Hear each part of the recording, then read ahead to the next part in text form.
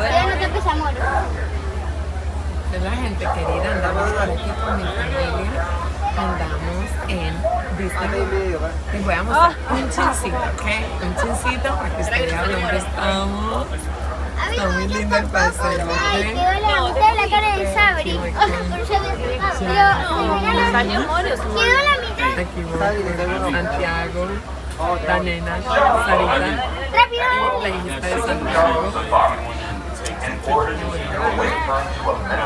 That's on the side. That's sorted. As we say here in Harambe, it's Monday. That means let's go. Guys, good afternoon.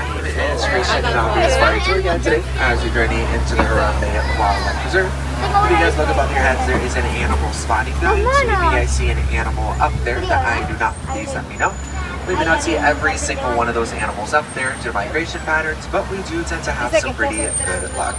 Now, for everybody's safety, please remain for me at all times, even when the trek is completely stopped. It does mean absolutely no standing or switching seats. Making sure everybody keeps their hands, arms, legs, and feet inside the vehicle. With that being said, we're going to be starting off our adventure into the Little Missouri Forest, home to some of the more shy and reclusive animals. It looks like the okapi is still out here right now.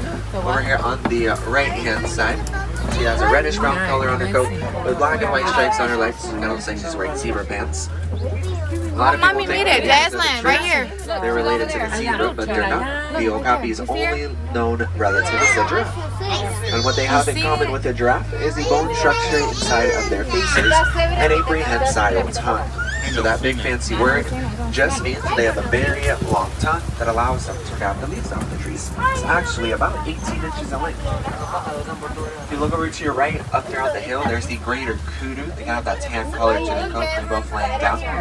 Kudu are the largest forest antelope in Africa, reaching about 71 inches at the shoulder. You can tell the difference between male and female, because males are the only ones that have horns on top of their heads. Look, Mommy. Speaking of horns on their heads, look over to your left. There's a black rhino laying down right next to the wall.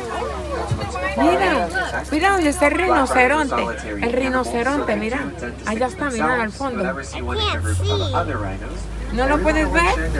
Allá abajo. Mira, está Jasmine.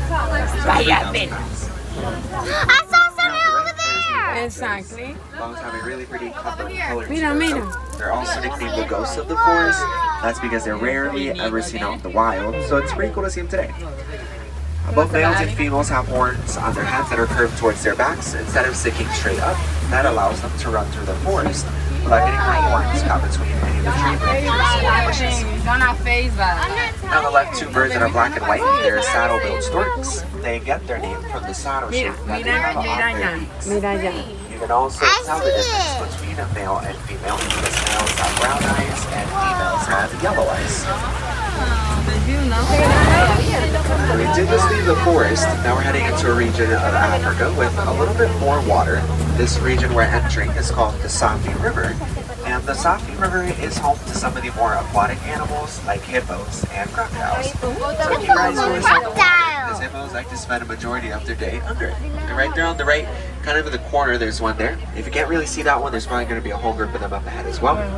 When they are underwater, they can hold their breath. Allá está en la agua. Que retrocedan del campo. No, pero digo que hay más.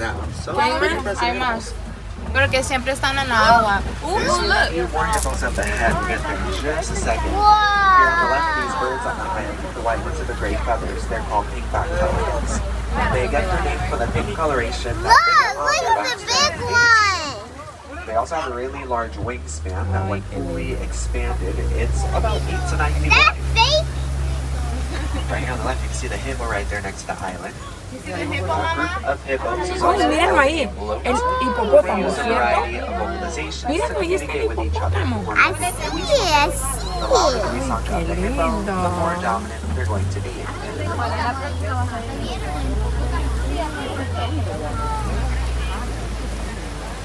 Hippos are also herbivores, which means they only eat plants, grass, hay, and fruit. So absolutely no meat inside their diets. They can consume about 80 to 90 pounds of food in just one single day. Now this area has experienced a little bit of a drought recently. As you can see, there's no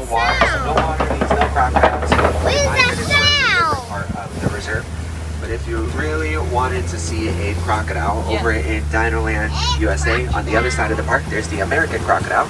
Now it's a little bit smaller than the Nile crocodile. Nile crocodiles are about 18 to 20 feet long, and the American crocodile is about 16 to 17 feet long. So before we head into the next part of the reserve, I'm going to direct your attention here to the right. There's a really big tree, can't really miss it. It's called a baobab tree. Also given the nickname Baobab that's because tree. on the top of it, as you guys can see, the branches kind of look like its roots. And I get asked this question pretty often, why are there no leaves on the branches? That's because these trees are not like any normal trees out here. They can remain leafless for about 8 to 9 months out of the year. Passing by the baobab tree is leading us into my favorite part of the reserve, and it's a pretty amazing view of the Serengeti Grasslands, also known as the Savannah. It's pretty different to the forest we were in earlier, just because this area is a lot more vastly open. There's not really that many trees or bushes cluttered around the middle, or many animals can hide behind. And it's home to some pretty interesting animals, and some of my favorites, like antelopes, Ay, mira, la jirafa. Pero esa cebra está como flaca, que pecado. Si le darán comida a esa pobre cebra. Here right next to each other. It's a baby boy. He was born earlier this year. Hartman's mountain zebras are one of the 2 types in Africa where their stripes don't go all the way around their bodies. You can see that their bellies are all right. He's so cool. The other zebra has a similar stripe pattern as a grubby zebra, but those are going to be back in the village. Also, closer to the giraffes. There's a lot of them here on the reserve. There's like 14 or 15 of them. There's some adults, some teenagers, and a couple of babies. That is shaking too much.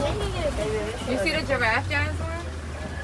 All the giraffes here on the reserve are Maasai. They get their name from the Maasai tribe in Africa. And they also have an irregular pattern on their coats and rigid edges on their spots. Reaching heights of about 18 to 20 feet tall. Actually, the baby giraffe is sitting down. That's the baby boy that was born 5 months ago. He turned 5 months November 10th. That's the baby right there, Jasmine, sitting down. Yes, the baby. So if you look over to your left, you have to look to the left and to the far right hand side. There's going to be the African wild dog. They have a orangey color to their coat with black and white splotches. They're really cute, but definitely don't hunt them as house pets. They have the highest success rate. Míralo allá. Míralo allá. About an 89. ¿Cómo es que se llama? ¿Cómo es que se llama? Ay, mira la jirafa. Ay, mira, sí, bonito. ¿Viste qué lindo? There's one standing right next to us here. Ay, Sables have a qué lindo really la pretty brown jirafa. color to their coat. Mira ese, They're used as the mira ese. national emblem of the reserve, kind of like our mascot. That's because they're super protective of their species. The darker the color of the sable, the more dominant they're going to be. We're also passing by the termite mounds here on the left. These orange mounds are consisted of clay, dung, and spit. And they're used by a lot of animals out here in the savannah as a scratching post. I'm passing by another adult female giraffe here on the Look right. how close we are to this giraffe. Up ahead over there. Um, With giraffes, they spend a majority of their day eating. They Johnny dedicate said- about 20 hours out of their day eating, and only 30 minutes sleeping. That 30 minutes isn't all at once, it's increments throughout Look the at day. this giraffe right here, That Jasmine. 30 Look, he's minutes. right here. This is Look. pretty close, so just Look, make he's sure right you keep your here. hands inside the vehicle for me. Ay, tan cerquita. Oh my God. Hi, Giovanni. When giraffes sleep, they rarely ever seem sitting down just because it takes them a while to get back up because of the long legs. So whenever they seem standing up, they're able to drop their necks all the way down to the ground. By the time that the truck's on the other side of the savannah, you get from over there to over here. A giraffe would have already gone to sleep, woken right back up, and started eating I again. couldn't really get a lot because, like, Grandma, who hand is here?